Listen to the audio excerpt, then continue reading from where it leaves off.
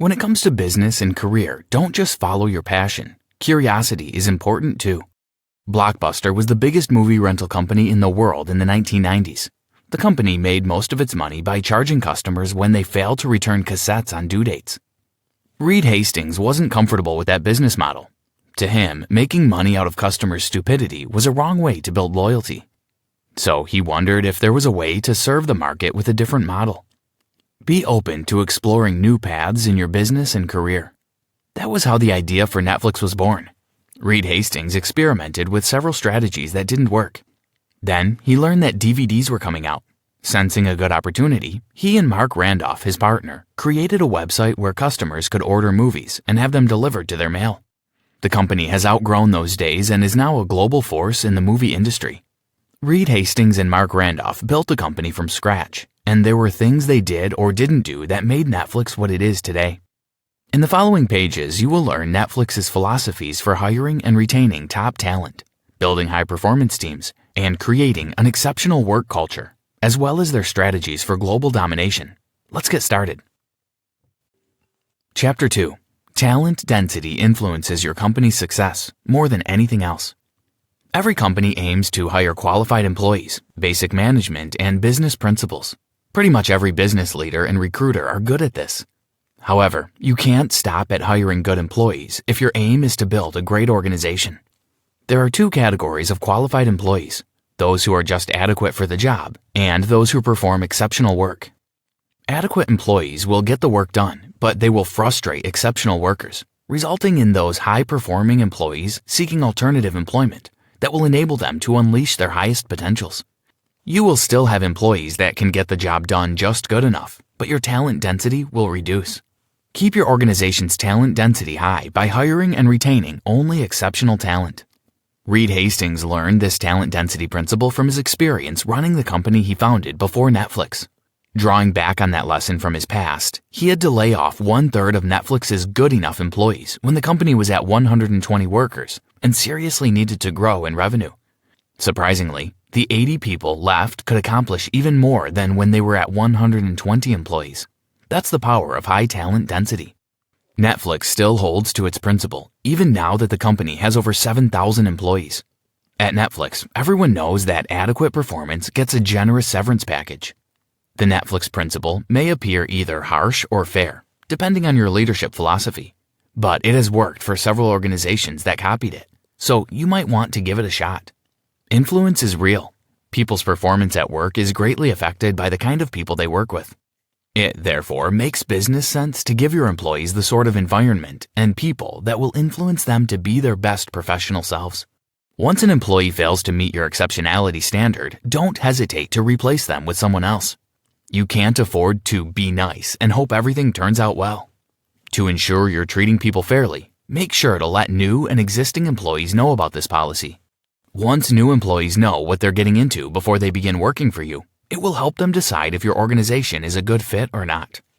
Did you know, according to the Society for Human Resource Management, the average annual turnover rate for American companies over the past few years has been around 12% voluntary turnover and 6% involuntary, making a total turnover of 18%. Chapter 3. Give your employees the freedom and trust they need to succeed. Have you realized startups are better at attracting talent than most established companies when the payroll is the same? Sure, big brands can use money to pull talent, but most professionals prefer to work in startups when the salary is the same. The reason is simple. Startups are a small group of usually highly effective individuals, and there's minimal control. For example, in most startups, you're at liberty to use the company's money for business emergencies and report later. You may get a query if you try it in some large organizations with stringent policies. Releasing some level of control is essential for employees to work effectively. Indeed, freedom is abused by some people, but that's only half the truth. The other side is that workers who have the company's best interest at heart will do their best to ensure they don't abuse privileges given to them. In addition to that, you won't be giving complete control without supervision and accountability, so you should be safe. Let's consider Netflix's travel and expense policy. Netflix permits staff to travel either business or economy for business meetings. Workers are also at liberty to make business-related expenses without first getting permission from their supervisor. That's high-level freedom that employees in other organizations can't even imagine. There are, however, guidelines to protect this freedom. Netflix expects workers to act in the best interest of the company. That means you can get in serious trouble with your boss when you make purchase or travel decisions that don't favor the company. Set these kinds of guidelines in your organization too. Allow your workers to have the freedom they deserve, but also hold them accountable for their actions. Give your workers freedom, but put accountability systems in place to make them responsible. Will people try to cheat the system? Absolutely. There will always be people like that.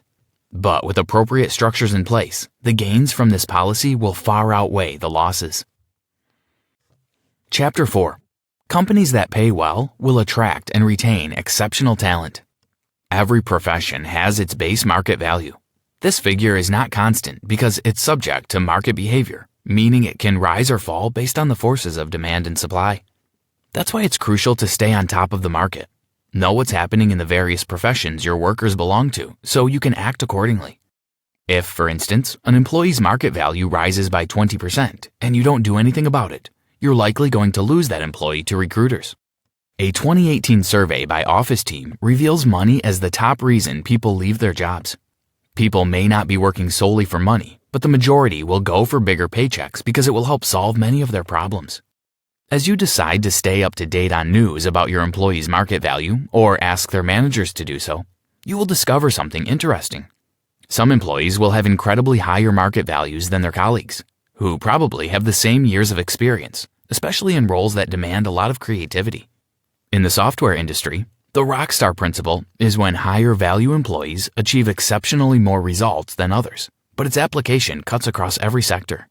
A rock star is a creative person who can produce the outputs of 10 or more individuals. If a segment of your company needs a rock star or two, you will have to make sacrifices. It may mean laying off some workers and keeping only a few people in a department so you can afford to pay the rock star what he's worth. A great lathe operator commands several times the wages of an average lathe operator, but a great writer of software code is worth 10,000 times the price of an average software writer. Bill Gates. Key point 5. Bonuses don't guarantee productivity. Let's imagine you've spent a fortune building new brands of mobile phones that are, by your judgment, guaranteed to take the market by storm. All you need to do now is hire a rockstar marketer who will develop strategies to make people love your product. And you have two options: pay $250,000 per annum or $200,000 with a 30% bonus for incredible results. Which option would you choose? If you're like most managers, you'll go with the second option. Bonuses for high performance are a norm in the corporate world. But there's a reason Netflix doesn't use that as a strategy. Let's learn. The thing with bonuses is they are tied to key performance indicators or KPIs. When the workers meet your KPIs, they get their reward and vice versa, which works unless you're chasing the wrong goals. Making your employees crave bonuses based on established KPIs means you're more or less cutting off their flexibility. They must act by the metrics, or they don't get paid the money they're eyeing. Scary enough, that includes following your metrics, even when that's not what the company needs at that time. Contingent pay works for routine tasks, but it ruins creativity. Avoid the bonus strategy for creative roles. Give regular raises instead. You can also choose to reward hard work and excellence, but don't make it a rule for creative people. If you want to build a ship, don't drum up the people to gather wood, divide the work, and give orders. Instead, teach them to yearn for the vast and endless sea. Antoine de Saint-Exupéry. Chapter 6. Businesses should be run by team players, not family members. Most businesses in the past were run by family members, related by blood who knew each other deeply and had a moral obligation towards one another. Then the business sphere began to grow. Businesses were now headed by people who weren't in any way related by blood. But while that physical change has occurred, many CEOs and founders still have the family mentality at heart. How many times have you seen a company describing their culture using more family terms than terms relating to team play? You probably can't count. Family members are expected to stick with each other regardless of performance, but you're bound to fail if you bring that mindset to business. Instead, think of your organization as a sports team, one with team members that are directed toward only one goal: winning.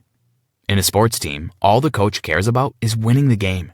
He wouldn't have second thoughts about replacing an adequate player for an exceptional one who would help the team achieve their objective. And there will be no ill feelings when the coach acts that way. That's how a business should be run too. No single employee is there to stay forever. Their jobs are only as valid as their contributions can effectively fill the roles they occupy. There's no point keeping an employee when she's no longer a good fit for her job. All jobs are temporary. How do you determine which employee to let go of without being sentimental or feeling bad about it? Netflix has a laid-out rule for it. They call it the keeper test.